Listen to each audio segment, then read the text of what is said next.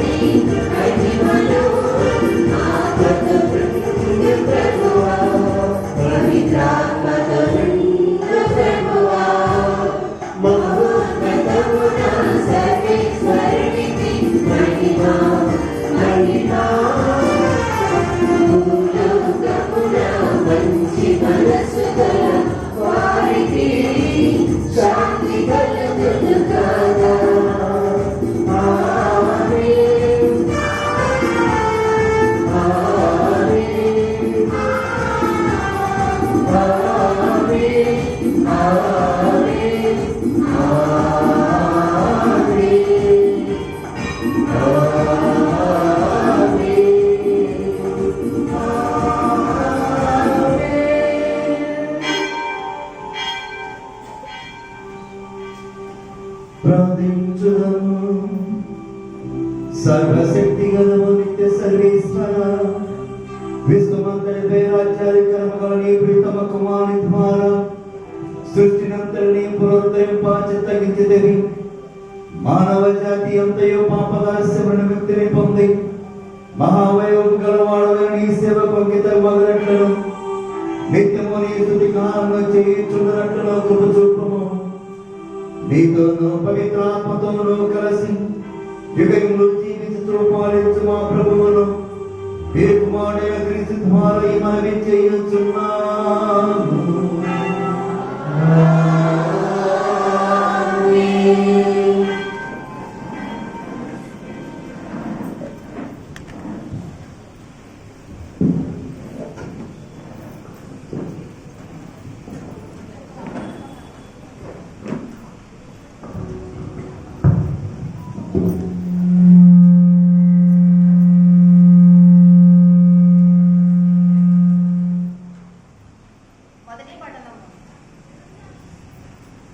మొదటి పట్టణము.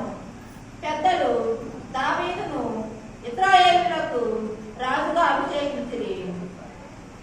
సమూయేలు 2వ గ్రంథము 5వ అధ్యాయము 1వ వచనం నుంచి 3వ వచనం వరకు. సమూయేలు 2వ గ్రంథము 5వ అధ్యాయము 1వ వచనం నుంచి 3వ వచనం వరకు. ఇశ్రాయేలీయుల తెగలన్నీ హెబ్రోనున దావీదు పడక వచ్చి, మేమందరము నీ ఎముక వంటి వారము, రక్త సంబంధులము. పూర్వము సౌలు పరిపాలించినప్పుడు ఇశ్రాయేలు సైన్యములను నడిపించిన వాడము నీవే. యావే, నీవు నా ప్రజలకు కాపరివి, నాయకుడు అయినవని నిన్ను గూర్చే సెలవిచ్చెను అనేది.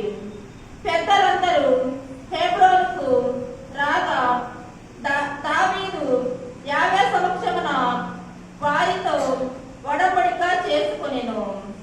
అంతటి పెద్దలు అతనిని ఇశ్రాయేలీయులకు రాజుగా అభిషేకించిరి. ఇది ప్రభువు వాక్కు.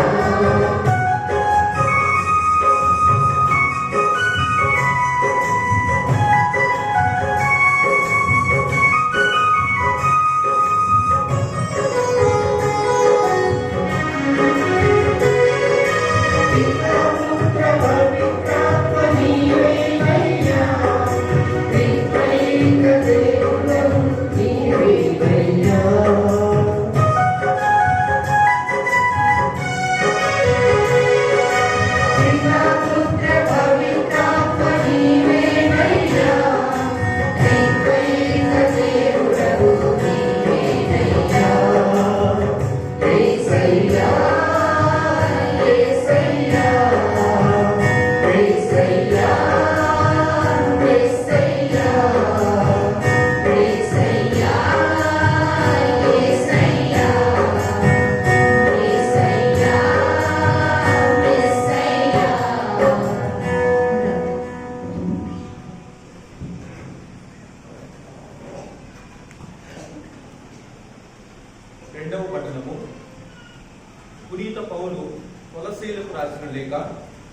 1వ అధ్యాయము 12వ వచనం నుండి 20వ వచనం వరకు.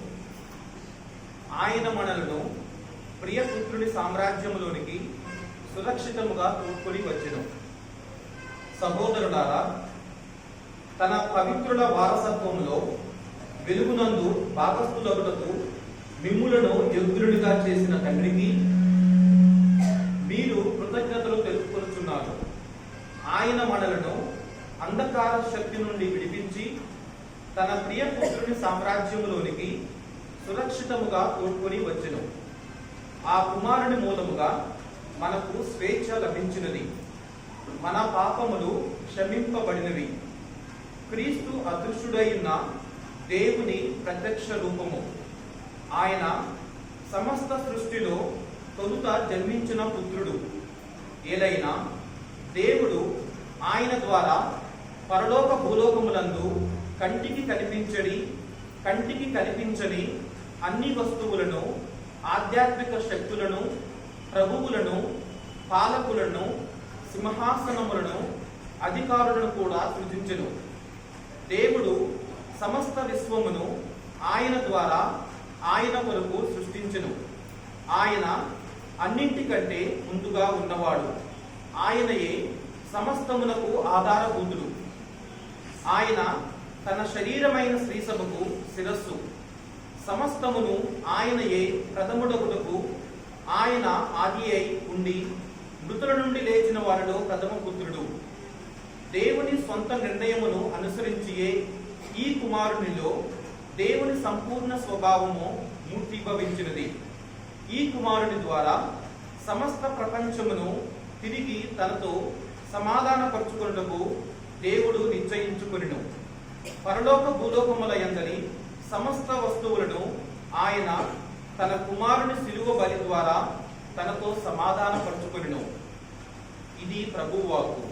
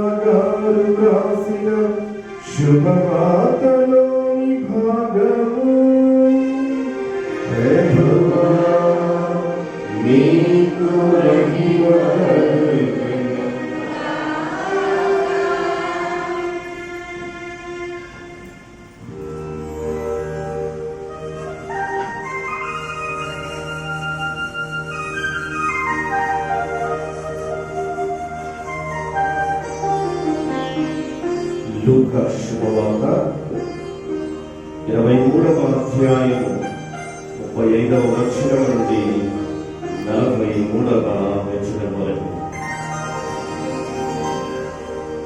ప్రజలు సిలువ చెంత నిలుచుండి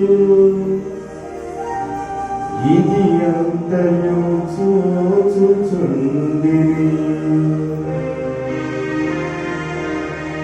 ఇతరులను రక్షించెను కాని ఇతడు దేవుడు ఎన్నుకున్న క్రీస్తు అయినచో తనను తాను రక్షించుకొననిమ్ము అని అధికారులు ఆయనను హేళన చేసిరి. సైనికులు కూడా ఆయనకు దగ్గరగా వచ్చి పులిసిన ద్రాక్షారసమును ఇచ్చి,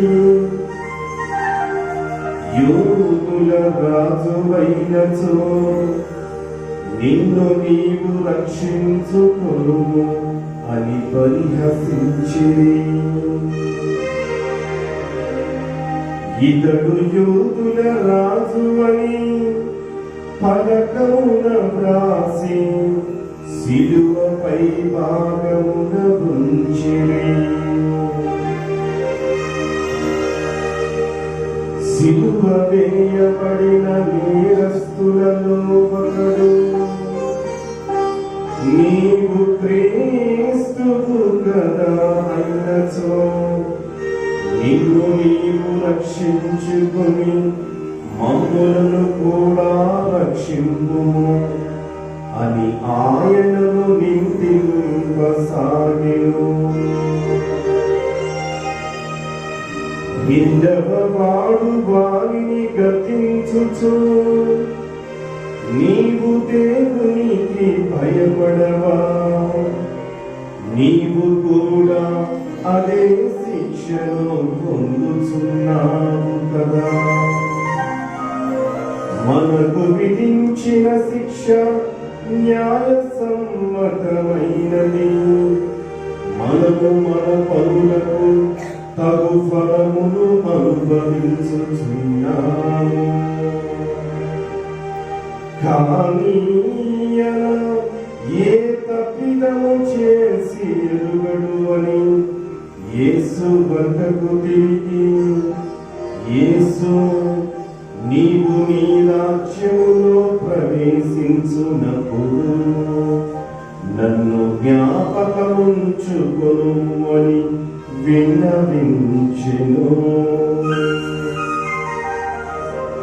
యేసు వానితో, నేడే నీవు నాతో కూడా పరలోకమున ఉందువు అని నీతో నిజముగా చెప్పుచున్నాను అనిలో. నేడే నీవు నాతో కూడా పరలోకమున ఉందువు అని నీతో నిజముగా చెప్పుచున్నాను అనిలో. ఇది క్రీస్తు సువిశేషము. క్రీస్తువా నీకు స్తుతి కలుగునుగాక.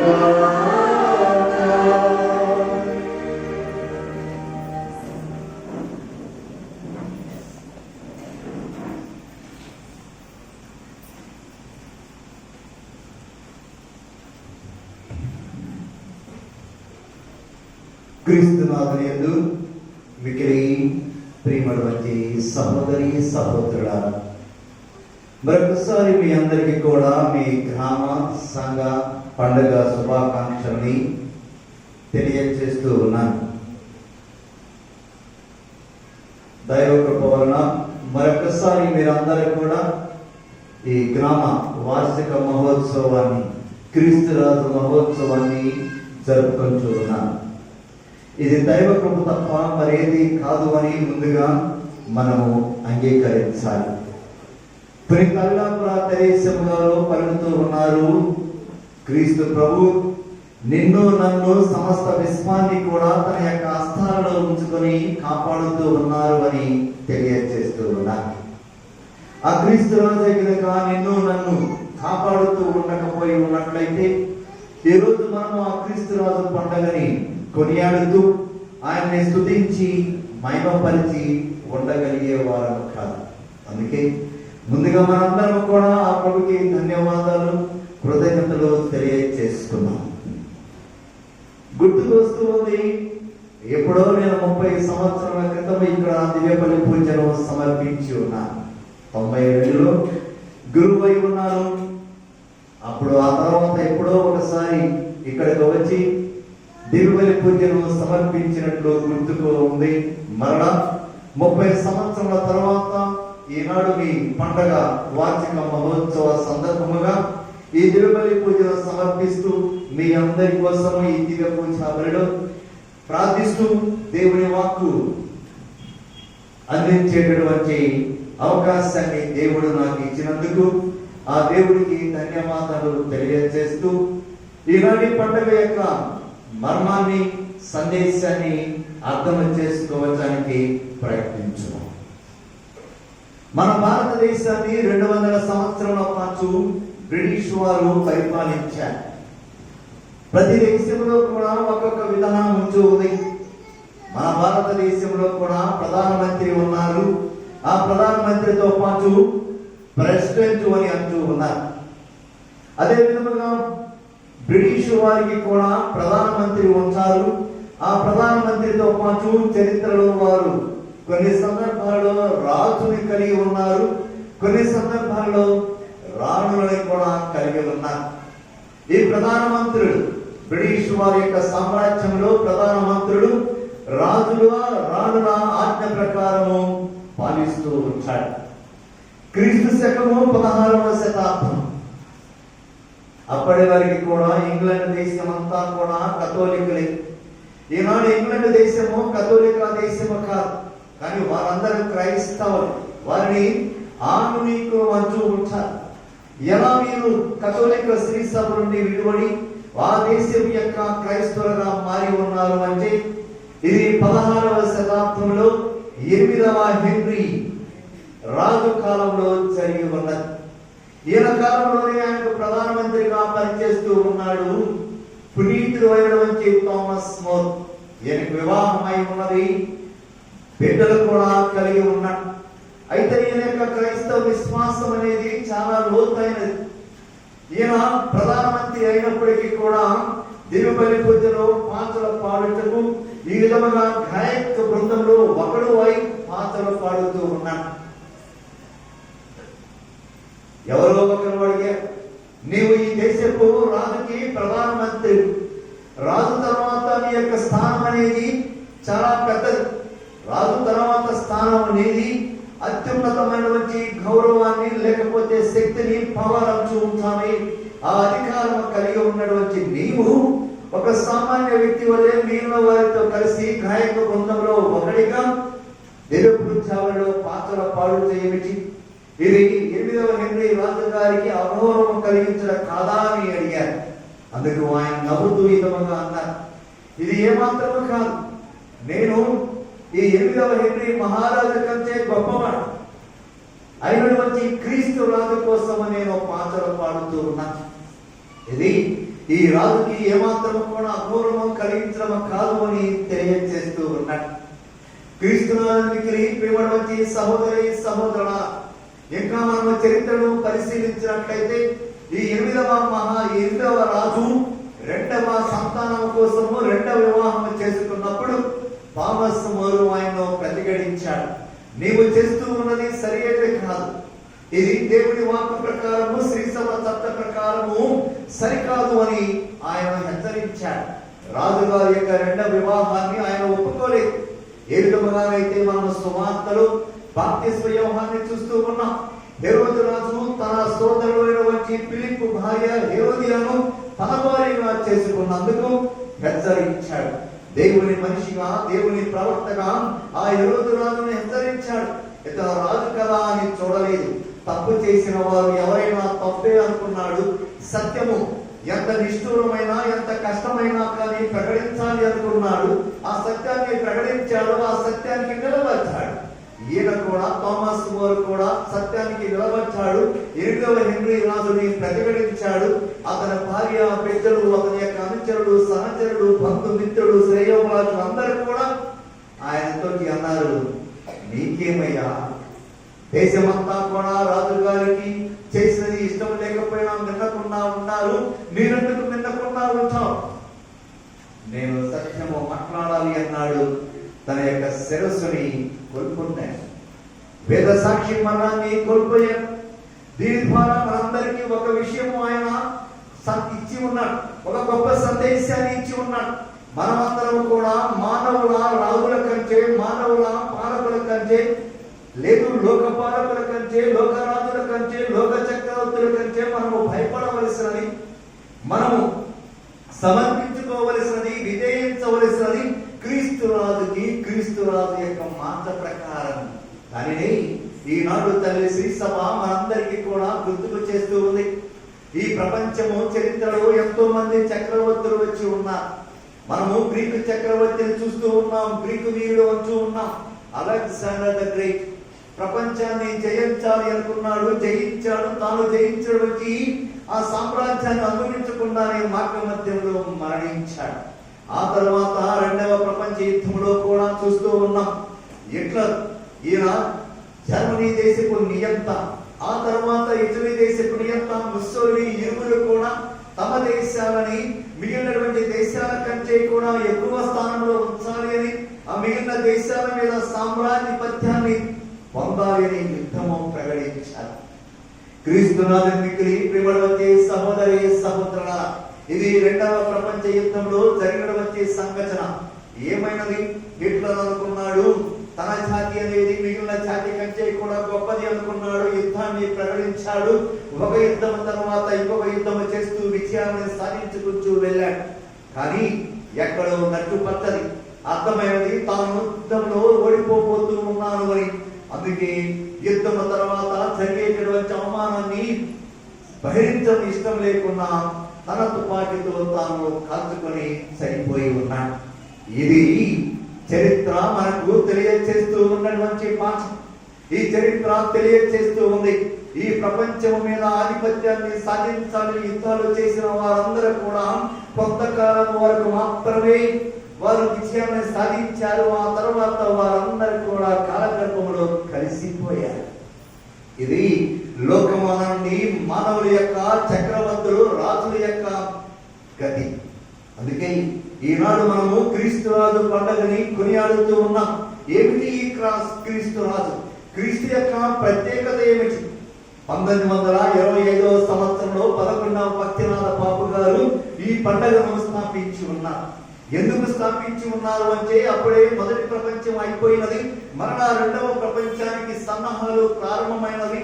ప్రతి దేశము కూడా ఏ దేశానికి ఆ దేశము గొప్పవారమని భావిస్తూ మిగిలిన దేశాల మీద ఆధిపత్యాన్ని సంపాదించడానికి యుద్ధానికి తయారవుతూ ఉన్నారు.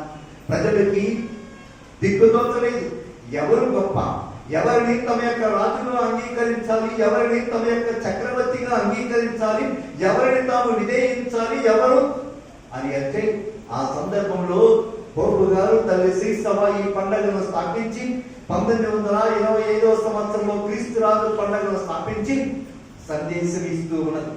ఏమిటి ఆ సందేశం? మీరు మానవ పాలకులను చూస్తూ ఉన్నా, లేదు నియంత్రణను చూస్తూ ఉన్నా, రాజులను చూస్తూ ఉన్నా, వీరందరికంటే కూడా గొప్పవారు ఎవరయ్యా అంటే యేసు ప్రభు. యేసు ప్రభుయే నీకు నిజమైనటువంటి రాజు, యేసు ప్రభుయే నీకు నిజమైనటువంటి పాలకుడు, యేసు ప్రభునే మీరు విజయించాలి, ఆయన మార్గంలో మీరు పయనించాలి, ఆయన ఒక్కడే మిమ్మల్ని అన్ని విధాలుగా కాపాడేవాడు, అంతేకాని మీరు కాదు అన్నటువంటి సందేశాన్ని తెలియచేయడానికి ఈ పండుగని స్థాపించి ఉన్నారు. మీరు అనవచ్చు క్రీస్తు రాజు క్రీస్తు ప్రభు యొక్క రాజరికంలో లేకపోతే ఆయన యొక్క పాలనలో గొప్పతనం ఏంటి? క్రీస్తునాథుని మిక్కిలి ప్రియమైనటువంటి సహోదరి సహోదరులారా, యోహాను సువార్త 18వ అధ్యాయము 36వ వచనం మనం చూస్తూ ఉన్నాం.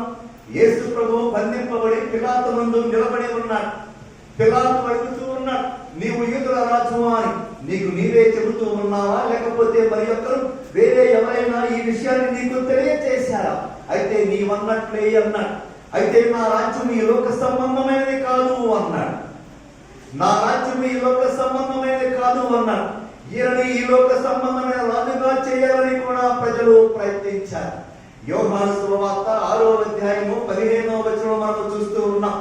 యేసు ప్రభు 5 రొట్టెలని 2 చేపలని అద్భుత విధముగా ఒక పెద్ద అద్భుతం చేసి మిరాక్యులస్ గా 5,000 మందికి పంచి ఇచ్చారు.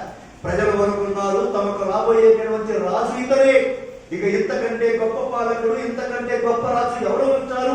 అందుకే ఆయన రాజును చేయాలని చూశారు. ఎందుకు వారు రాజును చేయాలని చూశారు? యేసు ప్రభు దేవుని కుమారుని వారు నమ్మారా? నమ్మలా. యేసు ప్రభు మెస్సియా అని వారు నమ్మారా? నమ్మలా.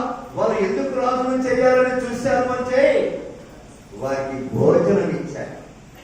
వారికి భోజనం ఇచ్చాడు. క్రీస్తునాథుని మిక్కిలి ప్రియమైనటువంటి సహోదరి సహోదరుడా, యేసు ప్రభు దేవుని కుమారుడు, మెస్సియా, రాజు. అయితే ఆయన యొక్క రాజ్యం ఈ లోక సంబంధమైనది కాదు. ఆయన కేవలము ఈ లోక సంబంధమైన రాజుల వలె, పాలకుల వలె, నియంత్రణ వలె ఆహారాన్ని నీరుని ఇచ్చేవారు మాత్రమే కాదు. ఆయనే ఓ సందర్భంలో ఈ విధముగా పలుకుతూ ఉన్నాడు, మానవ జీవితం అనేది సిరి సంపదల సమృద్ధిలో లేదు. మనమందరం అనుకుంటూ ఉంటాము మానవ జీవితం అనేది సిరి సంపదల సమృద్ధిలో అనుకుంటూ ఉంటాం. దేవుడు అనుగ్రహించాడు, దేవుడు దీవించాడు. మన యొక్క ఈ ఊరు కూడా ఎన్నో విధాలుగా అభివృద్ధి చెంది ఉన్నది. చూస్తూ ఉన్నాము, మన బిడ్డలు చదువుకుంటూ ఉన్నారు, విదేశాలకు వెళుతూ ఉన్నారు, ఆర్థిక అభివృద్ధిని సాధించి ఉన్నారు, సమృద్ధిలో జీవిస్తూ ఉన్నారు. ఇదేనా మానవ జీవితం అంటే? ఇదేనా మానవ జీవితం అంటే? నీకు లోటు లేకుండా, లేని విధంగా కూడా లోటు లేకుండా నీవు జీవిస్తూ ఉంటే ఇదేనా దేవుడు నిన్ను దీవించడం అంటే? ఇదే ఇక్కడే పొరపాటు చేస్తూ ఉన్నాం. పౌలు గారు పలుకుతూ ఉన్నారు. రోమిలకు రాసినటువంటి లేఖ 14వ అధ్యాయము 17వ వచనంలో ఈ విధంగా ఆయన పలుకుతూ ఉన్నాడు, మానవ జీవితం అంటే తినుట త్రాగుట కాదు అట. మానవ జీవితం అంటే తినుట త్రాగుట కాదు. దేవుని రాజ్యం అంటే తినుట త్రాగుట కాదు. మరి ఏమిటంట? పవిత్రాత్మ వసగేటటువంటి నీతి, శాంతి, సమాధానం. పవిత్రాత్మ వసగేటటువంటి నీతి, శాంతి, సమాధానం. క్రీస్తునాథుని మిక్కిలి ప్రియమైనటువంటి సహోదరి సహోదరుడా, ఇది ఇవ్వటానికే యేసు ప్రభు దేవుని కుమారుడు మానవుడిగా జన్మించాడు. ఇదే ప్రభు యొక్క రాజ్యాధికారం. అందుకే పిలాతుతోటి ప్రభువు చాలా చక్కగా పలికి ఉన్నాడు, నా రాజ్యము ఈ లోక సంబంధమైనది కాదు, పరలోక సంబంధమైనది. ఇక పౌలు గారు ఫిలిప్పీలకు రాసినటువంటి లేఖలో 2వ అధ్యాయము 10వ వచనంలో చూస్తూ ఉన్నాం. ఆయన విధముగా రాస్తూ ఉన్నాడు, పరలోకములో, భూలోకములో, పాతాళ లోకములో ఉన్నటువంటి ప్రతి జీవి కూడా, పరలోకంలో, భూలోకంలో, పాతాళ లోకములో ఉన్న ప్రతి జీవి కూడా యేసు నామం ముందు మోకరించి నమస్కరించాలి అన్నాడు. ఎందుకని? ఆయన దేవుని కుమారుడు. ఈ రాత్రి 2వ పట్టణంలో కూడా మనం చూస్తూ ఉన్నాం. పౌలు గారు కొలస్సీలకు రాసినటువంటి లేఖ 1వ అధ్యాయము 15వ వచనంలో యేసు ప్రభు ఎవరు అంటే అదృశ్యుడై ఉన్నటువంటి దేవుని యొక్క ప్రత్యక్ష రూపమే యేసు ప్రభు. ఇది ఆయన వాస్తవం.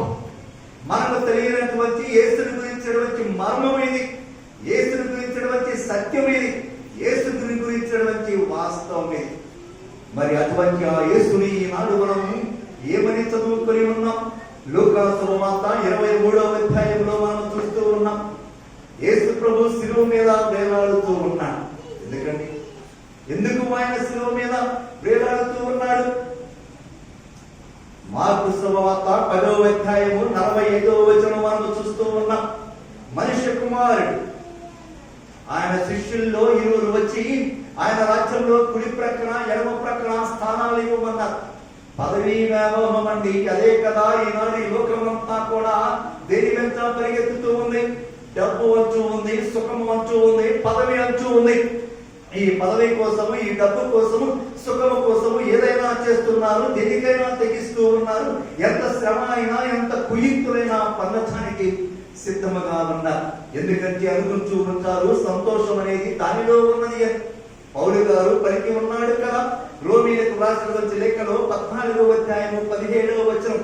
ఏమిటి అది? పవిత్రాత్మ ఇచ్చేటటువంటి నీతి అన్నాడు, పవిత్రాత్మ ఇచ్చేటటువంటి శాంతి అన్నాడు, సమాధానం అన్నాడు. ఇది నువ్వు ఎలా పొందగలుగుతావు? డబ్బు ద్వారా పొందగలుగుతావా, లేకపోతే సుఖాల ద్వారా పొందగలుగుతావా, లేకపోతే ఒకవేళ నీకు అధికార వ్యామోహం ఉండి నీవు పొందిన అధికారం ద్వారా పొందగలుగుతావా? వీరందరూ కాలగర్భంలో కలిసిపోయారు అండి. వీరందరూ కూడా కాలగర్భంలో కలిసిపోయారు. ఒక యేసునాథుడే ఇప్పటికి కూడా రాజ్యం వెళుతూ ఉన్నాడు. ఎందుకంటే ఆయన సత్యం, సత్యానికి సాక్ష్యం ఇవ్వటానికి నేను జన్మించాను అన్నాడు. ఏమిటి ఆ సత్యము? మార్కు శుభవార్త 10వ అధ్యాయము 45వ వచనం తెలియజేస్తూ ఉన్నాడు. ఇదిగో మీరు నా కుడి ప్రక్కన ఎడమ ప్రక్కన కూర్చోవాలని ఆశించారు. అధికార వ్యామోహంతో తప్పిస్తూ ఉన్నా, అధికారంలోనే శక్తి ఉంది అనుకున్నారు. నా నుండి నేర్చుకోండి. మనిషి కుమారుడు అంటే దేవుని కుమారుడు నేను, మనిషి కుమారుని కూడా నేనే. నేను సేవింపబడటానికి రాలేదు, సేవించడానికి వచ్చాను. కేవలము సేవించడం మాత్రమే కాదు, మనుషుల రక్షణార్థమై నా ప్రాణాన్ని పణముగా లేదు విక్రయ ధనముగా వెలగా ఇవ్వటానికి వచ్చాను. ఇది సత్యము అండి. ఇది దేవుని కుమారుడు, అదృశ్యుడై ఉన్నటువంటి దేవుని ప్రత్యక్ష రూపమైన యేసు ప్రభు మానవుడిగా జన్మించడంలో ఉన్నటువంటి సత్యం ఇది. మానవుల రక్షణార్థమై తన యొక్క రక్తాన్ని చెందించడానికి, ప్రాణాన్ని పణంగా పెట్టడానికే దేవుని కుమారుడు మనిషిగా జన్మించాడు. అందుకే పౌలు గారు ఫిలిప్పీయులకు రాసిన నుంచి 2వ లేఖ 2వ అధ్యాయం 10వ వచనంలో అన్ని మోకాళ్ళు కూడా ఆయన నామం ముందు మోకరించాలి. అటువంటి ఆయన ఈనాడు 2వ సువిశేషంలో చదువుకొని ఉన్నాం. యెరూషలేముకి దగ్గరలో ఉన్నటువంటి కల్వరి మీద, శిలువ మీద వేలాడుతూ ఉన్నాడు. అటుపక్క దొంగ, ఇటుపక్క దొంగ. యెషయా ప్రవక్త ద్వారా దేవుడు ఎప్పుడో తెలియజేశాడు, ఆయన అపరాధులలో ఒకరిగా పరిగణించబడతారు. ఏమిటండి, ఎందుకండి ఈయనగా దుర్గతి? ఎందుకు ఆయనకి దుర్గతి వచ్చి ఉన్నది అంటే మన యొక్క రక్షణార్థము యేసు ప్రభు ఇది చేసి ఉన్నాడు. క్రీస్తునాథునికి ప్రియమైనటువంటి సహోదరి సహోదరులారా, అమెరికా దేశం ఇప్పుడు అందరూ కూడా అమెరికా దేశాన్ని గురించి మాట్లాడుతూ ఉన్నారు కదా. ట్రంప్ వచ్చాడు, అమెరికా గురించి అనుకున్న వారిని కూడా అనుకునేటట్లు చేస్తూ ఉన్నాడు. ఆ అమెరికా దేశానికి ఒక గొప్ప ప్రెసిడెంట్ వచ్చాడు, అబ్రహాం లింకన్. 1865వ సంవత్సరం ఈయన ప్రెసిడెంట్ అయినప్పుడు అమెరికా దేశానికి వెళ్ళిన వారు చూస్తూ ఉంటారు, బ్లాక్స్ అంటారు, నల్ల జాతి వారు అంటారు. ఈనాడు మిగిలినటువంటి తెల్ల జాతి వారి వలె వారి కూడా సమాన హక్కులు కలిగి ఉన్నారు. వీరిని ఆఫ్రికా దేశం నుండి వారికి బానిసలుగా పనిచేయటానికి తెల్ల జాతి వారు తీసుకుని వెళ్ళారు. కొన్ని శతాబ్దాలు వారు బానిసలుగా పనిచేస్తూ ఉంటే వారికి స్వేచ్ఛ కోసము, సమాన హక్కుల కోసము ఎంతో మంది పోరాడాడు. అటువంటిది అబ్రహాం లింకన్ ప్రెసిడెంట్ అయిన తర్వాత వారికి సమాన హక్కులు కల్పిస్తూ తత్వాన్ని తీసుకుని వచ్చాడు. అది నచ్చలేదు కొంతమందికి. ఏ విధంగా అయితే స్వాతంత్రం వచ్చిన తర్వాత మహాత్మా గాంధీ యొక్క వైఖరి నచ్చనప్పుడు ఆయన్ని కాల్చి చంపాడు. ఈయన కూడా ఒక వ్యక్తి కాల్చి చంపాడు. ఆయన యొక్క పార్థివ దేహాన్ని చూడటానికి సందర్శనానికి వచ్చినప్పుడు ప్రజలు వచ్చి చూస్తూ వెళ్తూ ఉన్నారు. వారిలో ఒక నల్ల జాతికి చెందినటువంటి స్త్రీ అంచు ఉంది. బిడ్డను చక్కలో ఎత్తుకున్నది. ఆ బిడ్డకి అబ్రహాం యొక్క పార్థివ దేహాన్ని చూపుతూ ఉంది. బిడ్డ చూడు నాయన, నీ కోసము మరణించడం వచ్చి ప్రెసిడెంట్ ఈయన అంటూ ఉన్నాడు. ఇదే మనము శిలువ మీద ఉన్నటువంటి యేసు వంక కూడా చూడాలి. ఆయన ఏమని ఎగతాళి చేస్తూ ఉన్నారు? ఇతను దేవుని కుమారుడా, మెస్సయా, క్రీస్తువా? అయితే తనను తాను రక్షించుకోలేము. ఇతడు ఇతరులను రక్షించనే కానీ తనను తాను రక్షించుకోలేదు అని ఆయన ప్రయత్నించారు. నిజమేనండి, నేను మనిషి కుమారుడు సేవింపబడటానికి రాలేదు, సేవించడానికి వచ్చాడు, మనుషుల కోసము తన యొక్క ప్రాణాన్ని సమర్పించడానికి వచ్చాడు అని ప్రభువే పలికి ఉన్నాడు. అందుకే ఆయన శిలువ మీద వేలాడుతూ ఉన్నాడు. క్రీస్తునాథునికి ప్రియమైనటువంటి సహోదరి సహోదరుడా, క్రీస్తునాథులో ఉన్నటువంటి రాజత్వం ఇది అండి. రాజస్వం ఇది అంటూ ఉంటాము కదా. రాజస్వం అనేది, రాజత్వం అనేది ఉట్టి పడుతూ ఉన్నది. ఒక వ్యక్తి ఎంత గంభీరంగా ఉంచాడో, ఎంత విగ్రహ దృష్టి కలిగి చూడటానికి ఎంత గంభీరంగా ఉంచాడో మెచ్చుకుంటూ ఉంటాం. అటువంటిది రారాజు ఆయన, విశ్వాధిపతి ఆయన, సృష్టిని కలగ చేసిన వాడు ఆయన, సృష్టిని రక్షించిన వాడు ఆయన, పాలిస్తూ ఉండవచ్చు వాడు ఆయన. అటువంటిది ఆయన తన యొక్క రాజస్వాన్ని ఎలా చూపించాడు, ఎక్కడ చూపించాడు? శిలువ మీద చూపించాడు. తన ప్రాణాన్ని మనందరి కోసము పణంగా పెట్టుతూ మనందరి కోసము తన యొక్క రక్తాన్ని చిందించడంలో యేసు ప్రభు రాజు తన యొక్క రాజస్వాన్ని చూపించాడు. అన్నారు కదా, ఇతరులను రక్షించను. నిజమే, ఆయన మనల్ని రక్షించడానికి వచ్చాడు. ఆయన కోసము తన యొక్క దైవశక్తిని వినియోగించలేదు. క్రీస్తునాథుని ప్రియమని వచ్చే సహోదరి సహోదరులారా, ఇంకా లోతుగా మిమ్మల్ని తీసుకుని వెళ్తాను. యేసు ప్రభుతో పాటు ఇరువురు శిలువే వచ్చారు. ఆ ఇరువురిలో ఒక దొంగవాడు కింద ఉండి ఎగతాళి చేసే వారితో కలిశాడు. కింద ఉన్నటువంటి వారు ఆయన ఏమని ఎగతాళి చేస్తూ ఉన్నారు? నీవు దేవుని కుమారుడివే అయితే నీవు ఇతరులను రక్షించవే, కానీ నిన్ను నీవు రక్షించుకోలేమని నమ్ముతాము అన్నారు. వీడు కూడా వారితో గొంతు కలిపాడు. వీడికి ఇంకా బుద్ధి రాలేదు అండి. మన యొక్క జీవితంలో కూడా కొన్నిసార్లు ఇలానే జరుగుతూ ఉంటుంది. దేవుడు కొన్నిసార్లు మన జీవితంలో ఉపద్రవాలు పంపిస్తూ ఉంటాడు, అనారోగ్యాలు పంపిస్తూ ఉంటాడు, ఇబ్బందులు కలగ చేస్తూ ఉంటాడు, రోగాన్ని కలగ చేస్తూ ఉంటాడు. ఎందుకంటే మనం ఎక్కడో పయనించవలసిన మాటలో పయనించడలేదు. ఈ సిరి సంపదల సమృద్ధిలో తలమునకలమై సత్యాన్ని మరిచిపోయి ఈ సిరి సంపదల సమృద్ధియే అంతం అనుకుంటూ ఉన్నాము. దీనిలోనే మోక్షం అనుకుంటున్నాం, సూక్ష్మం అనుకుంటున్నాం. అందుకే దేవుడు అకస్మాత్తుగా నీకు ఒక ఉపద్రవాన్ని కలగ చేస్తాడు. ఏమి చేస్తాం? దేవుడు కొన్నిసార్లు ఈ దొంగవారి వలె దేవుడిని మనం నిందిస్తాం. దేవుడు ఉన్నాడా? చూశాను అండి, చాలా మందిని చూశాను. దేవుడు దీవించిన వారిని చూశాను. దేవుడు దీవించిన దీవెనలన్నీ కూడా మర్చిపోయి ఒక ఉపద్రవం రాగానే దేవుణ్ణి ప్రశ్నించే వారిని చూశాను. దేవుడు మంచివాడా? దేవుడు అనేవాడు ఉన్నాడా? దేవుడు గురించి నాకు ఈ కష్టం ఏమిటి? అంతవరకు ఇచ్చినటువంటి సుఖాలు ఎక్కిపోయినవో, అంతవరకు ఇచ్చినటువంటి దీవెనలు ఎక్కిపోయినవో, లేదు నీకు ఒక గుణపాఠము తెలియచేయటానికి, సత్యాన్ని తెలియచేయటానికి. ఏమిటా సత్యము? మానవ జీవితం అనేది సిరి సంపదల సమృద్ధిలో లేదు.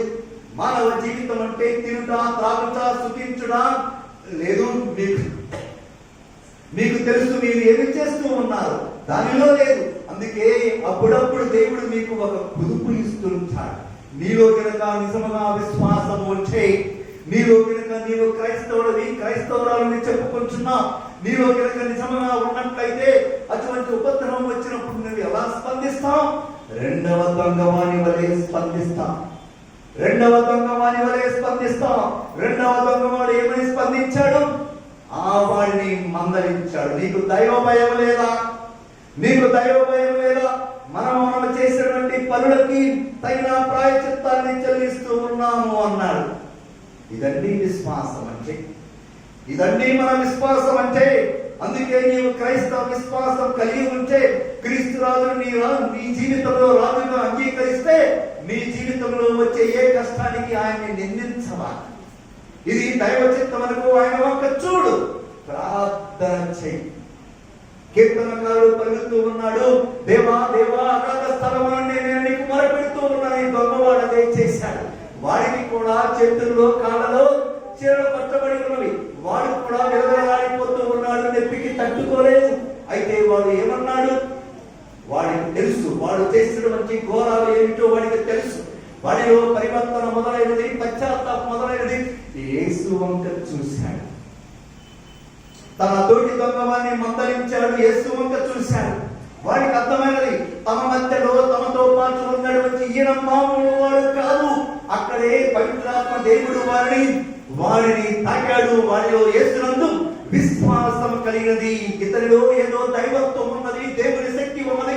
మామూలు వాడు కాదు. మామూలు కాకపోతే ఏమిటండి? చనిపోయేవాడు వాడికి ఏమి రాజ్యం ఇస్తాడు? వాడికి తెలుసు తమతో పాటు ఈ వ్యక్తి కూడా ఇంకా కొద్ది సమయంలో చనిపోబోతూ ఉన్నాడు. వీడు చనిపోతున్నాడు, ఆయన చనిపోతున్నాడు. ఇరువురు చనిపోయేటటువంటి వ్యక్తులు. రాజ్యం ఏమిటండి? రాజ్యం ఏమిటి? ఇక్కడనే నీకు మరలా ఇంకొక విషయాన్ని గుర్తుకు చేస్తాను. ఎందుకంటే మనం ఇవన్నీ కూడా మర్చిపోయి బ్రతుకుతూ ఉన్నాం. సత్యం అనేది మిమ్మల్ని స్వతంత్రులు చేస్తూ ఉంది. ఇదే శాశ్వతం అనుకుంటున్నాం. ఇదే శాశ్వతం అనుకుంటూ ఉన్నాం. ఏమిటంటే సిరి సంపద సమృద్ధి. నేను హాయిగా ఉన్నాను, మంచి ఇల్లు అనుకుంటూ ఉన్నాము, మంచి ఉద్యోగం అనుకుంటున్నాం, అన్నీ ఉన్నా హాయిగా బ్రతుకుతూ ఉన్నాం. ఎంతకాలం అండి నీకు ఆరోగ్యం సరిగా ఉన్నది, ఏ రోజు లేకుండా జీవిస్తూ ఉన్నాం. ఎంతకాలం అండి? ఒకటి అయితే గుర్తు పెంచుకో, నీవు నేను చనిపోవాలి. ఇదే ఇక్కడ ఈ దొంగవాడు చేసింది. చనిపోతూ ఉన్న ఇంకొక వ్యక్తిని, యేసుని ప్రార్థిస్తూ ఉన్నాడు. యేసు, నీ రాజ్యంలో నన్ను గుర్తించుకో. దీని ద్వారా నీవు నేను చనిపోవాలన్న సత్యం ఒకటి అయితే, ఇంకొక సత్యం ఏమిటి అంటే చనిపోయిన తర్వాత కూడా ఏదో ఉన్నది. ఇది మనకు ఉపశమనం. చనిపోయిన తర్వాత కూడా ఏదో ఉన్నది, దైవరాజ్యం ఉన్నది. యేసు ప్రభువు అన్నాడు. క్రీస్తునాథునికి ప్రియమైనటువంటి సహోదరి సహోదరుడా, లూకా శుభవార్త 1వ అధ్యాయము 31వ వచనం. గాబ్రియేలు దూత మరియ తల్లి వద్దకు వచ్చింది. ఆ మరియ తల్లికి మంగళవార్తను చెప్పిన తర్వాత, నీకు జన్మించబోయే శిశువుకి యేసు అని పేరు పెట్టమన్నాడు గాబ్రియేలు దూత. ఆయనకి దేవుడు తండ్రి రాజ్యాన్ని ఇస్తాడు. ఆయన రాజ్యానికి అంతమే ఉండదు. అందుకే ఆయన శాశ్వతముగా పాలిస్తూ ఉన్నాడు. యేసు అని పేరు పెట్టమన్నాడు. మత్తయి శుభవార్త 1వ అధ్యాయము 21వ వచనం. యేసు అంటే ఏమిటి అర్థము? ఆయన ప్రజలని వారి పాపాలని రక్షిస్తాడు. యేసు అను పేరుకి అర్థము ప్రజలను వారి పాపములను రక్షించేవాడు. ఇది లూకా శుభవార్తలో 1వ అధ్యాయము 31వ వచనంలో యేసు యొక్క నామాన్ని గాబ్రియేలు దూత పెదాల మీద వింటూ ఉన్నాం. ఈ పేరు పెట్టమని మరియ తల్లికి ఇస్తే, చివరిలో మరలా ఈ యొక్క నామాన్ని దొంగవాడి పెదాల మీద వింటూ ఉన్నాం. లూకా శుభవార్తలో యేసు అన్నటువంటి నామాన్ని ఉచ్చరించిన వారు ఎవరూ కూడా లేరు. ఆయన చనిపోతూ ఉన్నప్పుడు యేసు అని ఆయన వంక చూసి ఆ నామాన్ని ఉచ్చరించిన వాడు ఒకే ఒక్కడు. ఆ ఒక్కడే దొంగవాడు రక్షణ పొందాడు. యేసు నామములో విన్నాము కదా. ఫిలిప్పీయులకు రాసిన లేఖలో 2వ అధ్యాయము 10వ వచనంలో ఆయన యేసునామం ముందు ప్రతి జీవి కూడా, అది ఎక్కడ ఉన్న జీవి అయినా కావచ్చు, పరలోకంలో ఉన్నటువంటి దేవదూతల గణమే కావచ్చు, పాతాళ లోకంలో ఉన్నటువంటి సాతాన శక్తులే కావచ్చు, భూలోకంలో ఉన్నటువంటి జీవులే కావచ్చు, ఈ ముల్లోకాల్లో ఉన్నటువంటి ఏ జీవి అయినా కానీ యేసునామం ముందు మోకరించాలి. అదే వాడు ఉచ్చరించాడు. క్రీస్తునాథునికి ప్రియమైనటువంటి సహోదరి సహోదరా, ఆయన రాజు. నీకు కష్టం వస్తే, బాధ వస్తే నీవు ఉచ్చరించవలసిన పదం ఏమిటి? నీవు ఉచ్చరించవలసిన నామం ఏమిటి? యేసు యేసు అని నామాన్ని ఉచ్చరించు. ఆ నామ ఉచ్చరణలో శక్తి ఉన్నది. ఆ నామ ఉచ్చరణలో రక్షణ ఉన్నది. క్రీస్తునాథునికి ప్రియమైనటువంటి సహోదరి సహోదరుడా, దీనినే మనము అపోస్తల కార్యములు 4వ అధ్యాయము 12వ వచనంలో చదువుతూ ఉన్నాం. ఒక్క యేసు నామానికి తప్ప మరి ఏ నామానికి కూడా రక్షించేటటువంటి శక్తిని దేవుడు ఇవ్వలేదు. ఒక్క యేసు నామానికి తప్ప మరి ఏ నామానికి కూడా దేవుడు రక్షించే శక్తిని ఇవ్వలేదు. అదే వాడు దొంగవాడు చేశాడు. దొంగవానికి వాగ్దానం చేస్తున్నాడు. నీతో నిశ్చయముగా పలుకుతూ ఉన్నాం, నేడే నీవు నాతో పాటు పరలోకంలో ఉంచావు. ఇక ఎంతకంటే గొప్ప ప్రమాణము, గొప్ప వాగ్దానం ఏది కూడా లేదు అండి. నేను మిమ్మల్ని మరలా అడుగుతూ ఉన్నాను, ఈ మానవ జీవితం ఉన్నది. ఈ మానవ జీవితం ఎందుకోసము? కష్టపడి సంపాదించడం కోసమేనా? సుఖము కోసమేనా? లేదు ఆర్థికంగా వేరే అన్ని విధాలుగా అభివృద్ధి పొందడం కోసమేనా? ఇవన్నీ కూడా నీ చావుతో అర్థమవుతూ ఉంది. చావు తర్వాత ఏమిటి అండి? చావు తర్వాత నీవు పరలోకంలోకి ప్రవేశించలేకపోతే నీ జన్మ వృధా. చావు తర్వాత నీవు పరలోకంలో ప్రవేశించే భాగ్యాన్ని పొందకుండా ఉన్నట్లయితే ఈ ఇన్ని సంవత్సరాలు 60 70 సంవత్సరాల కష్టపడి ఉన్నావే, ఎన్నో కష్టాలు పొందుతూ జీవించావే, ఎన్నో నిట్టూర్పులు విడిచావే, ఇవన్నీ కూడా వృధా అండి. మన జన్మకు సార్థకత కలిగేది యేసుతో యేసుమన్నాడు కదా, నేడే నీవు నాతో పాటు పరలోకంలో వచ్చావు. అదండి క్రీస్తు రాజు మనకి ఇచ్చేటటువంటి భాగ్యం ఏమిటంటే తన రాజ్యంలో స్థానం, తన రాజ్యంలో స్థానం. అందుకే క్రీస్తునాథునికి ప్రియముడు వచ్చే సహోదరి సహోదరులారా, ఈ వార్షిక మహోత్సవం నాడు ఒక్కసారి మీ జీవితం కాదు, మీ జీవితాలన్నీ చక్కగానే ఉన్నాయి. అందరూ బాగున్నారు, మీలో ఎవరు చెడ్డవారు లేరు, దుర్మార్గులు లేరు, అందరూ కష్టపడుతున్నారు. సాధ్యమైనంత వరకు ఎవరికి హాని చేయకుండా ఎవరికి వారు అభివృద్ధి చెందడానికి ప్రయత్నిస్తున్నారు. కానీ అది కాదు మీ వైఖరి ఏమిటి? దేవుడు ఇచ్చేటటువంటి దీవెనల పట్ల, ధన్యత పట్ల లేదు ఎన్నో విధాలుగా మిమ్మల్ని దీవిస్తున్నాడు. మీకు వైఖరి ఏమిటి? లేదు తెలియజేశాను కదా, నీవు చనిపోవాలి. నవంబర్ మాసంలో చనిపోయిన వారిని మనం స్మరిస్తూ ఉన్నాం. చనిపోవాలి. చనిపోయిన తర్వాత పరిస్థితి ఏమిటి? అందుకే ఇక్కడే మన క్రైస్తవ విశ్వాసం. దొంగవాడండి వాడు మనకు సందేశాన్ని ఇచ్చాడు. జీవితం అంతా కూడా అరాచకాలు, దుర్మార్గాలు, హత్యలు, దోపిడీలు చేసినట్టు వాడు చనిపోతూ 2000 సంవత్సరం నాడు జరిగింది. పవిత్రాత్మ దేవుడు లూకా గారి చేత సువార్తలు లిఖింప చేశాడు. వాడి మాటలు వాడు మీకు నాకు సందేశాన్ని ఇచ్చాడండి. వాడికి ఉన్న ఇంగిత జ్ఞానం కూడా మనకు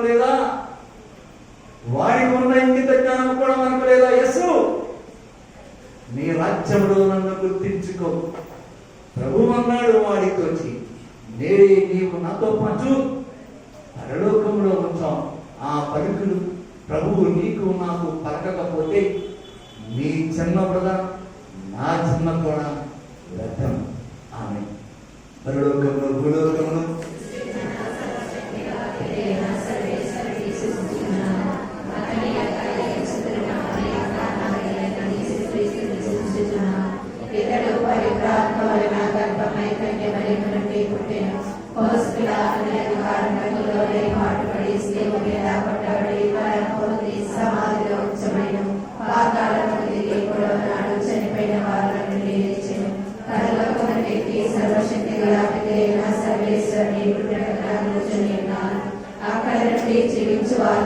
చనిపోయిన వాళ్ళలో తీర్పు చేయడానికి వచ్చిన పవిత్ర ఆత్మలో విశ్వసిస్తున్నాను.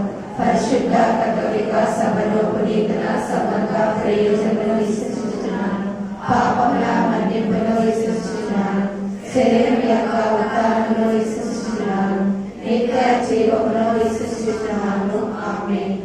ప్రియ సహోదరి సహోదరులారా, మనలను నిరంతరము కాచి కాపాడు క్రీస్తు రాజు మహోత్సవమును ఈ రోజు కొనియాడుతూ ఉండగా, ఈ శుభ సందర్భమున ఆ రాజాది రాజును మనందరికీ మంచి కాపరిగా ఉండమని, శ్రీ సభకు ఉత్తమ కాపురులను మనకు దయచేయమని అందరూ కూడా కలిసి ప్రార్థన చేసుకుందాం.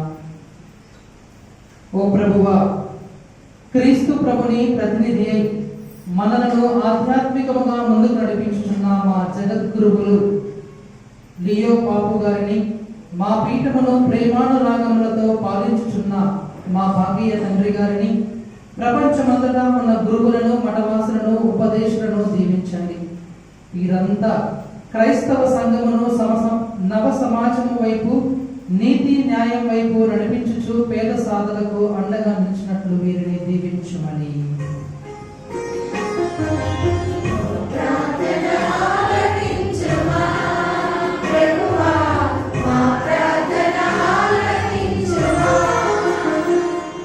ఓ రాజాది రాజా, మీరు ఈ సృష్టికి మహా చక్రవర్తిగా ఉన్నప్పటికీ సేవకు రూపము దాల్చి మా అందరి ఆధ్యాత్మిక జీవితములకు మకుటము లేని మహారాజులా నిలిచారు. నేటి మా సంఘములలో, మా దేశములోను ప్రజల సేవలో మిన్నగా నిస్వార్థముతో నిరాడంబరులై ప్రజామోదమును చూరమును నాయకులను మాకు దయచేయమని అందరూ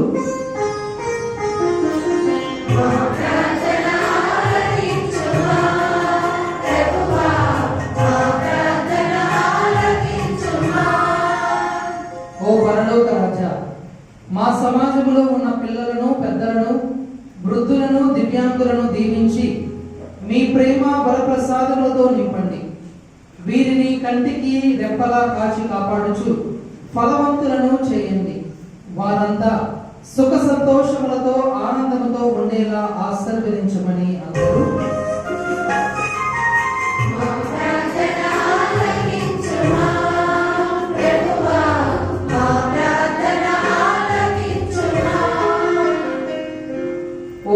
సర్వకృపానిధి అయినటువంటి ప్రభువా, ఈ నవీన యుగంలో ఆర్థికంగా అభివృద్ధి చెందుతున్నప్పటికీ ఎందరో అభాగ్యులు ఒంటరి వారగుచున్నారు. పరస్పర ప్రేమను నోచుకోకుండా దిగులుగా నిరాశ నిస్పృహలతో ఎందరో జీవించుచున్నారు.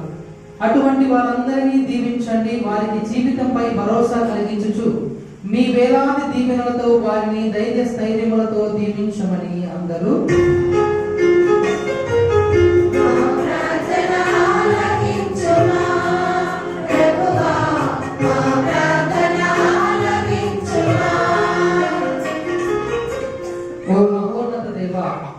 పని చేయని వాడు భోజనమునకు అనర్హుడని పునీత పౌలు గారు పలికి ఉన్నారు. ఆహార ధాన్యములను పండించుటకు రైతులు రెక్కలు ముక్కలు చేసుకొని రాత్రింపవళ్ళు పని చేయుచున్నారు. మరి ముఖ్యంగా మా గ్రామంలో ఉన్నటువంటి ప్రతి రైతును వారి పని పాటలను ప్రతి విషయంలో కూడా వారికి తోడై ఉండి వారిని ఆశీర్వదించండి.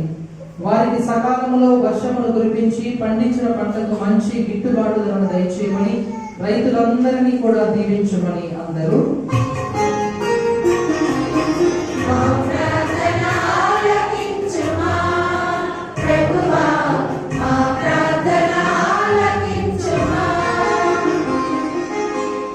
ఒక నిమిషం మౌనంగా ఉండి మన కుటుంబ అవసరాలను, వ్యక్తిగత అవసరాలను, సంఘ అవసరాలను ఆ దేవాది దేవుడికి సమర్పించినాము.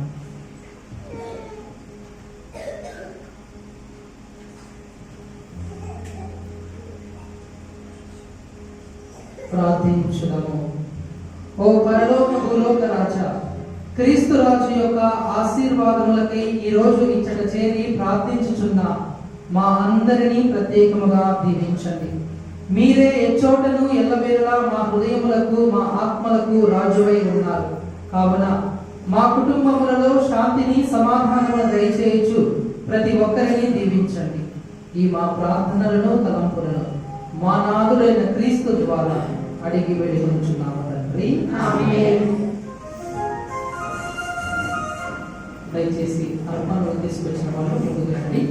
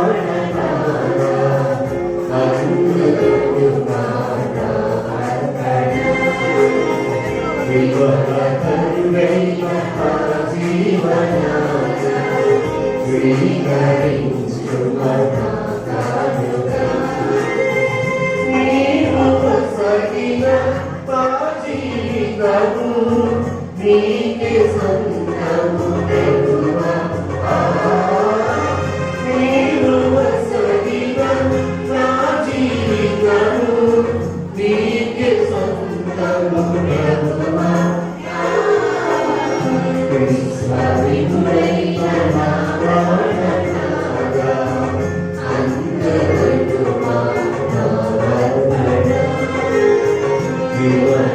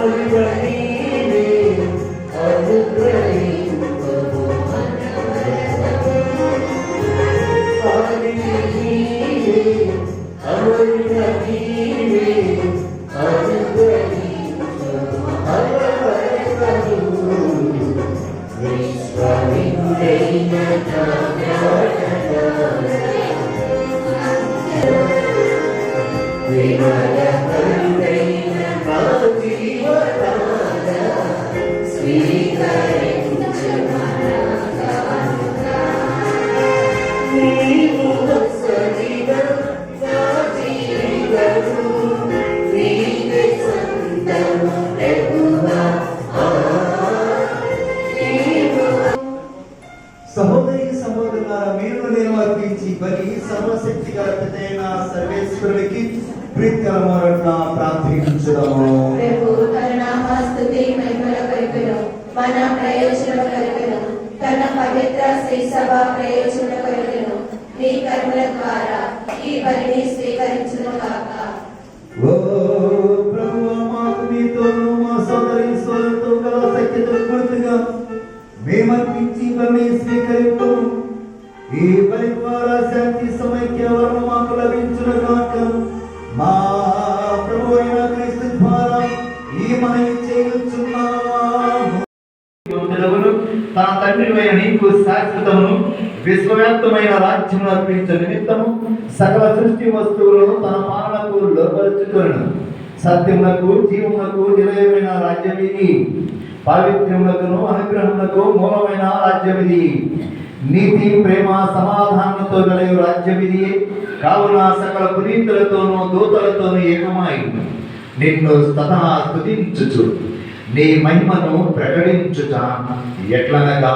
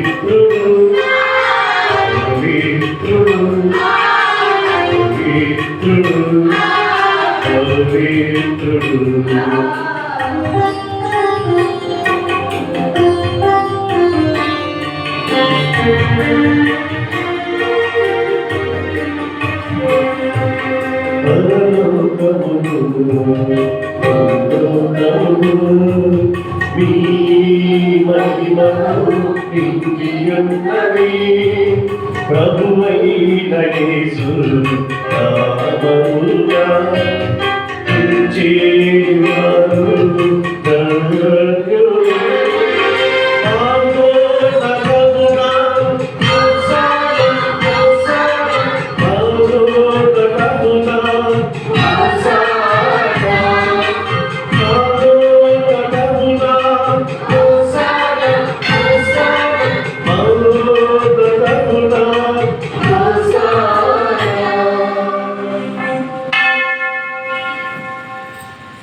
ఓ ప్రభువా, నీవు నిక్కమగా పవిత్రుడు, సర్వ పవిత్రతకు వచ్చి నీవే కనుక నీ పవిత్రాత్మ ద్వారా ఈ కానుకలను పరిశుద్ధపరచ ప్రతిమాలుతున్నాను. ఈ విధమున ఇవి మా ప్రభు అయిన యేసుక్రీస్తు శరీర రక్తములు అగునుగాక.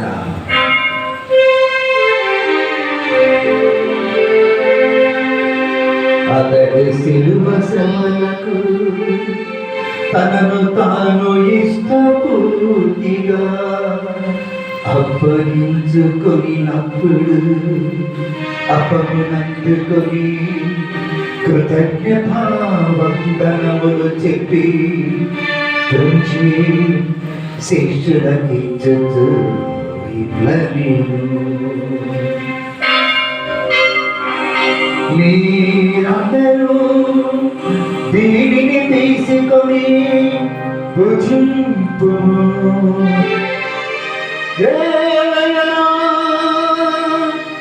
ఇది మీ కొరకు అప్పగింపబడుతున్న నా శరీరం.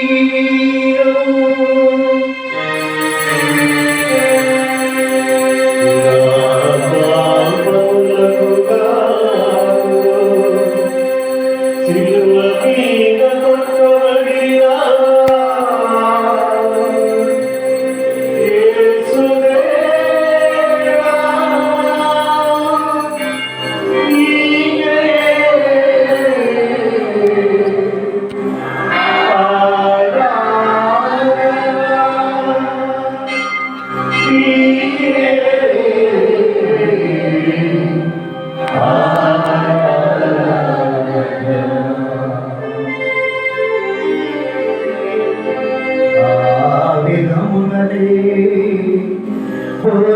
భోజనానంతరము పాత్రమునందుకొని మరల మీకు కృతజ్ఞతావందనములు చెప్పి శిష్యులకిచ్చుచు నేను మీరందరూ దీనిని తీసుకొని దీనిని పానము చేయుడు.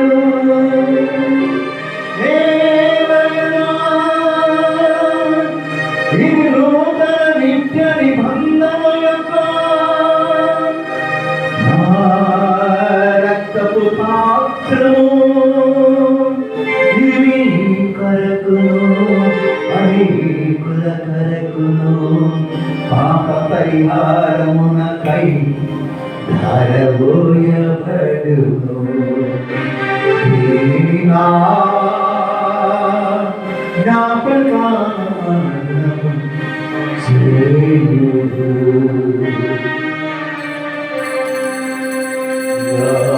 పాపములకు గాను సిలువ మీద చిందబోసిన యేసు రక్తమా, నీకే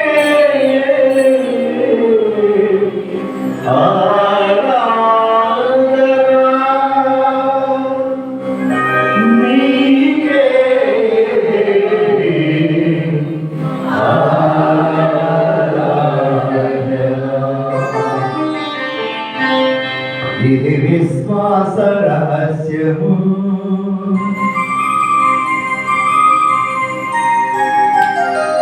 ప్రభువా,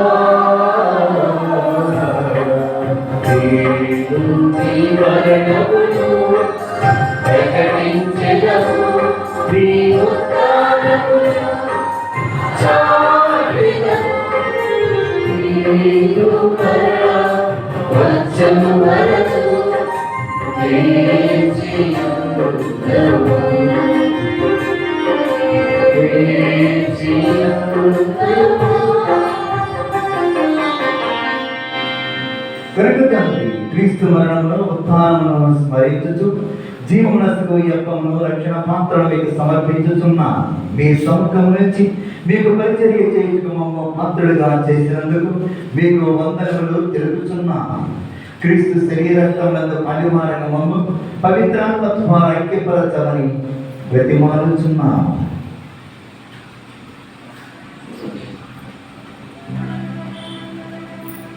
ఓ ప్రభువా, ప్రపంచమంతటా వ్యాపించి ఉన్న నీ శ్రీ సభను జ్ఞాపకం ఉంచుకోవడం మా జగద్గురువులు ఆ భాగ్య పీఠాధిపతిని గురువులందరితో పాటు మమ్ముడు నీ ప్రేమ యందు పరిపూర్ణులను చేయుదు.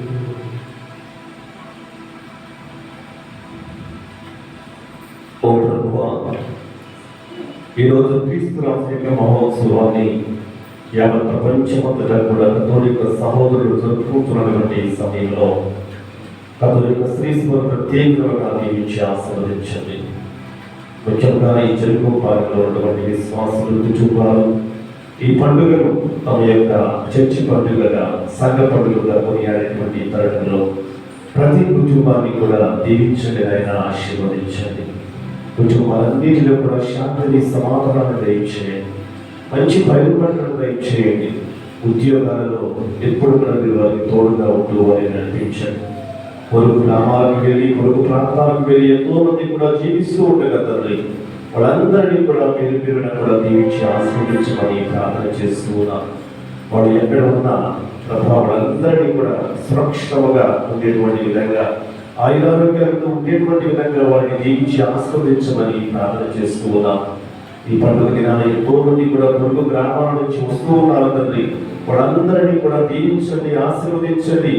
ఏ విన్నపంతో, ఏ విజ్ఞాపన ప్రార్థనతో వారి దేవాలయానికి వస్తారో మీకు తెలుసునైనా రానున్నటువంటి దినాలలో వాటిని వాళ్ళందరికీ కూడా ప్రసాదించి ఆ కుటుంబాలను అపారంగా దీవించమని ఆశీర్వదించమని ప్రార్థన చేస్తూ ఉన్నాం. సంతానం లేనటువంటి వారికి సంతాన భాగ్యాన్ని దయచేయండి ప్రభువా. ఉపాధి ఉద్యోగం లేనటువంటి వారికి ఉద్యోగ అవకాశాలను దయచేయండి. ఇంకా వివాహ సంబంధాల కోసం ప్రయత్నం చేస్తున్నటువంటి బిడ్డలకు మంచి వివాహ సంబంధాలను దయచేయండి. వ్యాపారాన్ని దీవించండి, వ్యవసాయాన్ని దీవించండి, చదువుకునేటువంటి బిడ్డలను దీవించండి, జ్ఞానవంతులు ప్రాయవంతులు కూడా ఆశీర్వదించండి ప్రభువా. ఈ నావి దేవాలయంలో కూడి వచ్చి దివ్య పరిపూజలో పాల్గొన్నటువంటి ప్రతి కుటుంబాన్ని కూడా, ఈ దివ్య పరిపూజను సమర్పిస్తున్నటువంటి ప్రతి కుటుంబాన్ని కూడా ఆదరించమని, ఆశీర్వదించమని ప్రత్యేకంగా ప్రార్థన చేస్తూ ఉన్నాం. ఈ కుటుంబాలలో మరణించినటువంటి విశ్వాసము, నిత్య ఆత్మశాంతిని, పరలోక భాగ్యాన్ని కూడా దయచేయమని ప్రార్థన చేస్తూ ఉన్నాం. ఉత్తానముతో చనిపోయిన మా సహోదరి సహోదరులు, మీ కార్యక్రమంలో చనిపోయిన వారందరినీ కూడా జ్ఞాపకం ఉంచుకోరండి. వారిని మీ దివ్య ప్రకాశంలోకి చేర్చుకోరండి. మా అందరిపై దయ చూపి దేవుని కథలకు మరియమాతో, పునీత అపోస్తలులతో, ఆదరణ మీకు సేవ చేసిన పుణ్యాత్మలందరితో మా నిత్య జీవంలో భాగములు దయచేయి. అప్పుడు వారితో కలిసి మేము మీ కుమారుడు యేసుక్రీస్తు ద్వారా మేము స్తుతించి మహిమపరచుదము.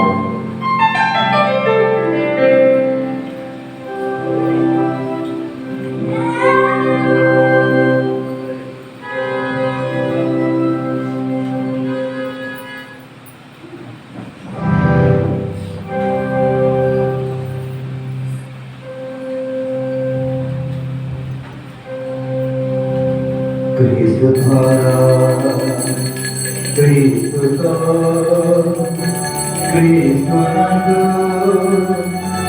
సర్వశక్తి గల పితైన సర్వేశ్వర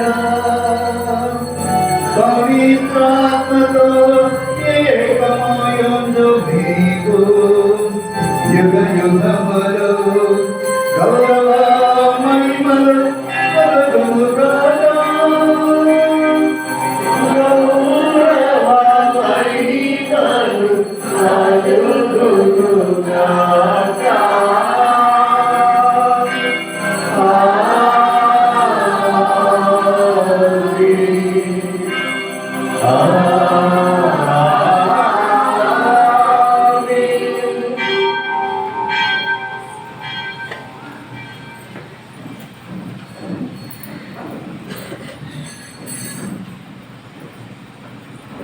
మన రక్షకుడు ఇచ్చిన పరమోపదేశం అనుసరించి ప్రార్థింప సాహసిద్దాము.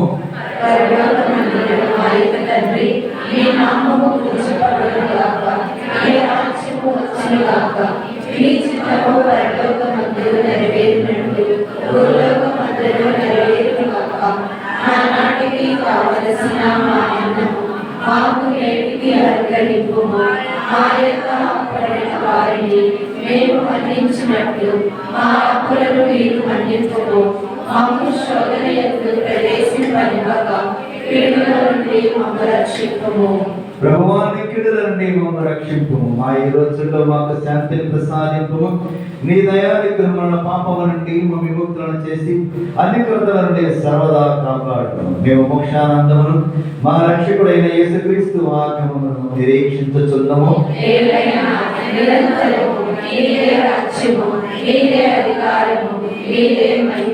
శాంతిని మీకు అనుగ్రహించుచున్నాను, నా శాంతిని మీకు ఇచ్చుచున్నాను అని మీ అపోస్తులతో వచించిన ప్రభువైన యేసు మా పాపములను లెక్కింపక నీ శ్రీ సభ విశ్వాసం వీక్షింపు. నీ చిత్త ప్రకారం నీ సభకు శాంతిని ఐక్యం అనుగ్రహింపు.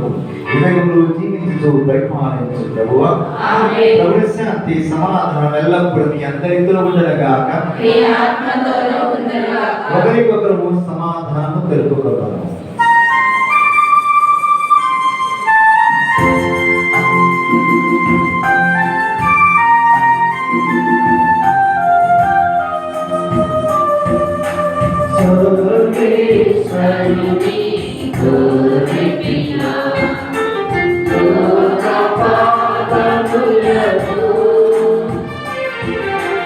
Hallelujah. పరిహరించు ప్రభువా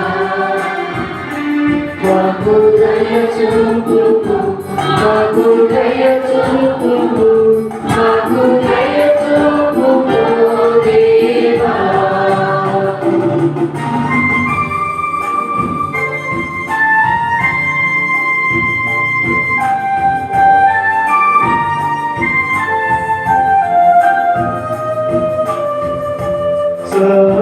సర్వేశ్వరుని గోరెపిల్లా లోక పాపములను పరిహరించు ప్రభువా మాకు దయ చూపుము మాకు దయ చూపుము మాకు దయ చూపుము దేవా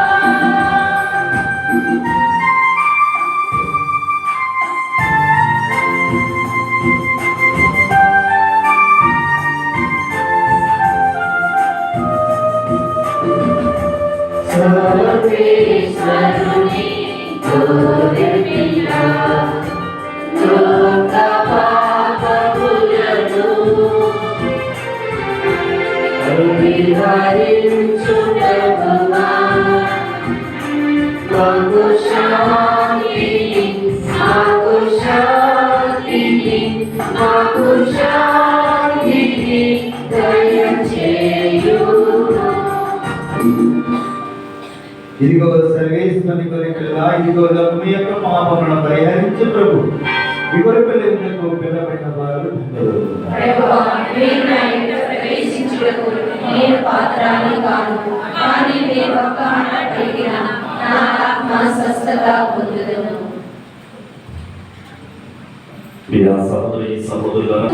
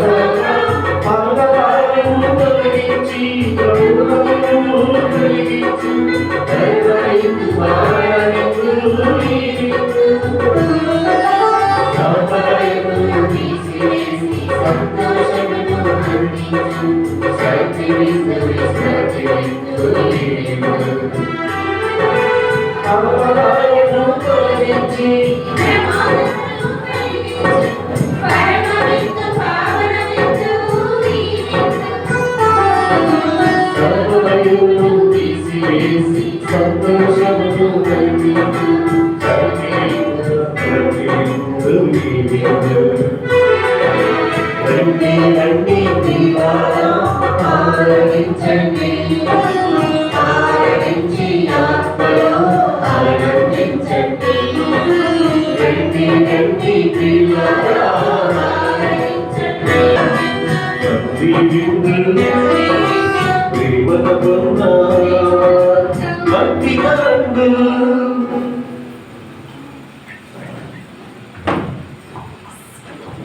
ఈ సహోదరులారా, ఈరోజు మనందరికీ కూడా ఎంతో సంతోషకరమైనటువంటి దినం, ఆనందకరమైనటువంటి దినం.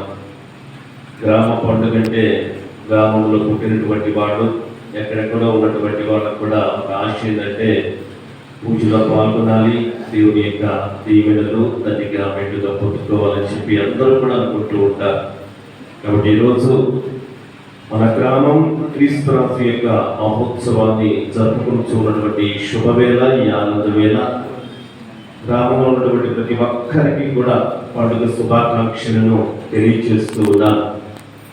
ఆ దేవదేవుడు అందరి యొక్క కుటుంబాలను దీవించాలని, ఆశీర్వదించాలి అని, క్రీస్తు రాజు యొక్క నాయకత్వంలో మన కుటుంబాలు ఎల్లప్పుడూ కూడా పాలించబడాలని మనందరం కూడా ప్రార్థన చేసుకుంటాం. ఇటువంటి గొప్ప పండుగ శుభవేళ మనందరి మధ్యలో కూడా వచ్చినటువంటి వాళ్ళు ఎవరు? దేవుని బిడ్డలారా, పెంటారెడ్డి రాజారెడ్డి ఫాదర్ గారిని ఎరగనటువంటి వాళ్ళు ఉండరు. ఎందుకంటే వాళ్ళు సుదీర్ఘకాలం అంతోని వారి యొక్క చర్చిలో పనిచేశారు. ఆ తర్వాత ప్రొఫెసర్గా సెయింట్ జాన్స్ టీచర్ సెమినరీలో పనిచేశారు. బైబిల్ వాక్యాలలో ఎంతో ఎంతో ప్రావీణ్యత సంపాదించినటువంటి వాళ్ళు, నాలెడ్జ్లో. ఈరోజు వాళ్ళు ప్రసంగం చెబుతుంటే చాలా మంది కూడా కళ్ళు ఆడటం లేదు.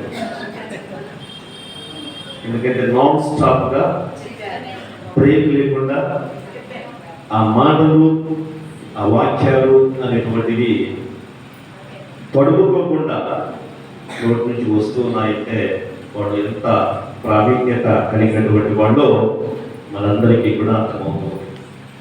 ఈరోజు నేను వారిని ఆహ్వానించినప్పుడు ఈరోజు దివ్యబలి పూజ సమర్పించడానికి తప్పకుండా వస్తాను.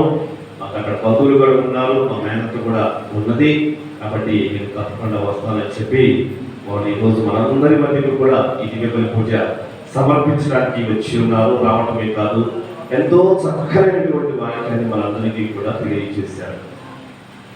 ఈ లోక రాజుల నుంచి పరలోక రాజైనటువంటి క్రీస్తు వరకు కూడా తీసుకుని పోయి, ఆ తరువాత ఆయన విశ్వాసమైనటువంటి మనం ఎలా ఉంటే ఆయన యొక్క శిష్యులు ప్రియమైనటువంటి వాళ్ళ కాగలమైనటువంటి విషయాలను మూలకృష్యంగా ఎంతో చక్కగా మనందరికీ కూడా తెలియజేసినటువంటి ఫాదర్ పెంటారెడ్డి రాజాస్వాముల వారికి అందరి తరఫున, నా తరఫున, చిన్నస్వామి తరఫున,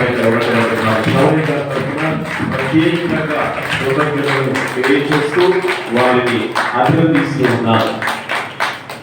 ఆ తర్వాత ప్రియమైనటువంటి సహోదరులారా, మన యొక్క గ్రామంలోనే పుట్టినారు, గురువైనారు, ఎన్నో సంవత్సరాలు దేవుని యొక్క సేవలో ఉంటూ ఎన్నో విచారాల్లో పనిచేసి GDSS లో ఎంతో మందికి కూడా సాంఘికంగా సేవ చేసి ఎంతో మందికి కూడా సహాయం చేసి అనేక విచారణల్లో తన యొక్క సువార్త ప్రచారం ద్వారా అనేక ఆత్మలను రక్షించినటువంటి, సువార్త ప్రచారం చేసినటువంటి, మనందరం కూడా ఎదిగినటువంటి గురువర్యులు మరొకరు ఉన్నారు. వాళ్ళే అడగట్ల శవరయ్య స్వాముల వారు.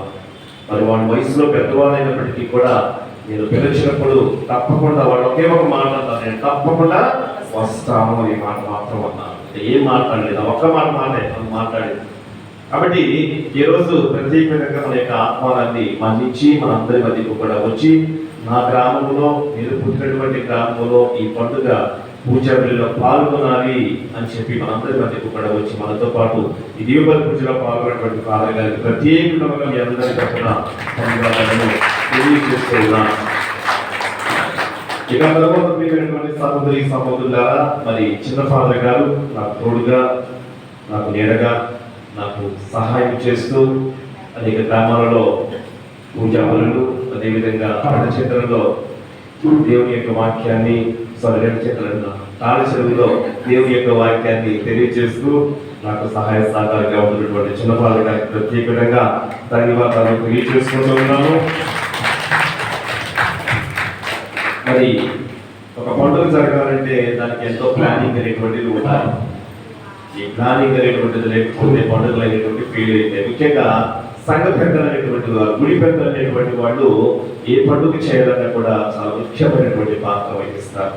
అన్నీ కూడా మాట్లాడాలి, అన్నీ కూడా చక్కగా జరిగేటట్టు చూడాలి.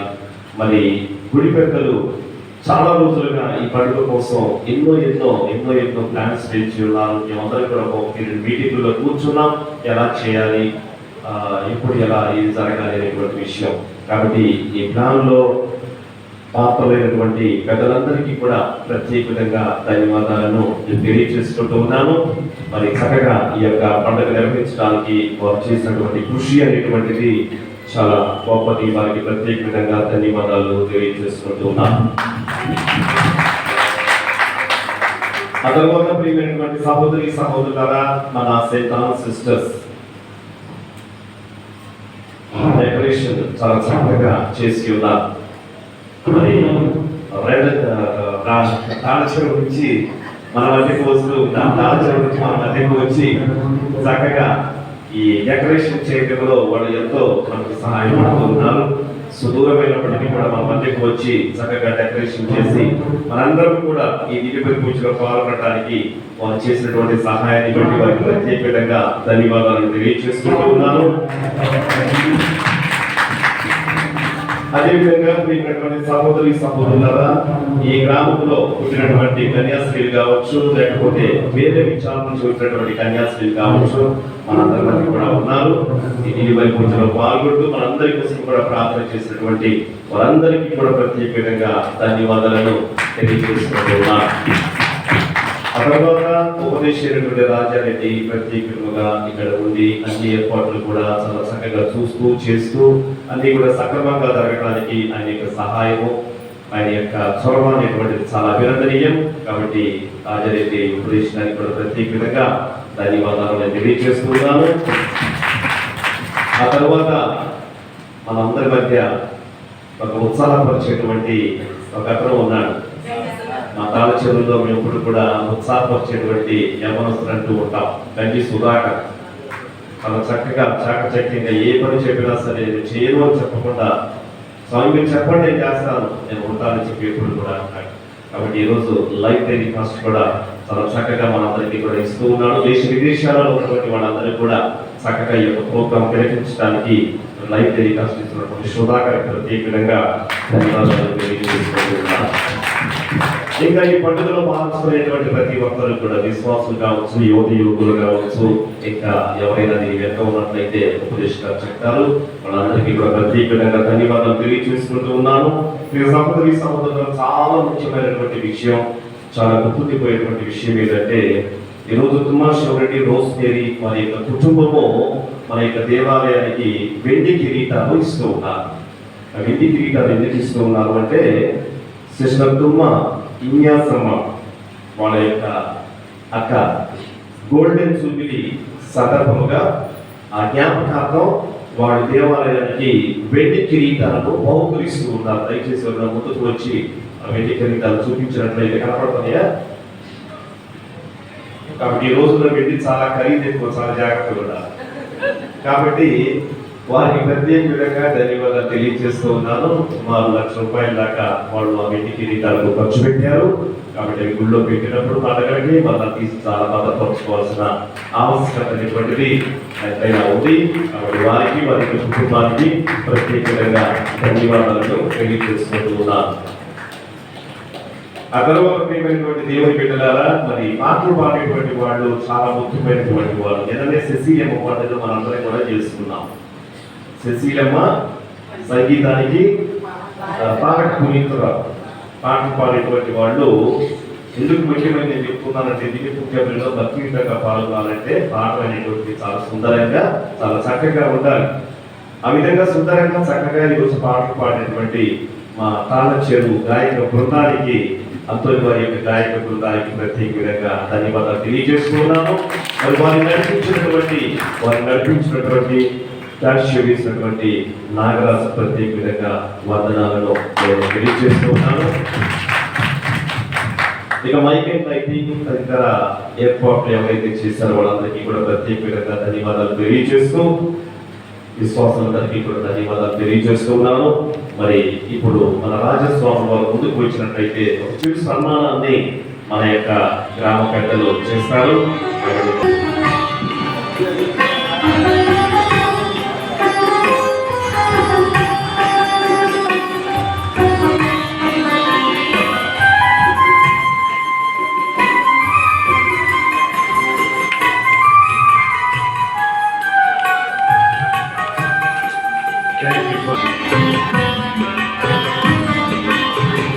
Thank you father.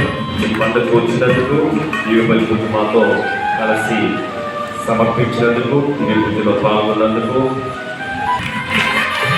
ఎంతో మందికి దేవుని యొక్క వాక్యాన్ని బోధించాల్సినటువంటి వాళ్ళు, ఎన్నో ఆత్మలను రక్షించాల్సినటువంటి వాళ్ళు.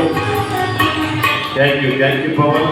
Thank you for your cooperation. పెద్దలు అదేవిధంగా సంఘంలో వచ్చిన అందరూ కూడా సన్మానం చేయబోతున్నారు.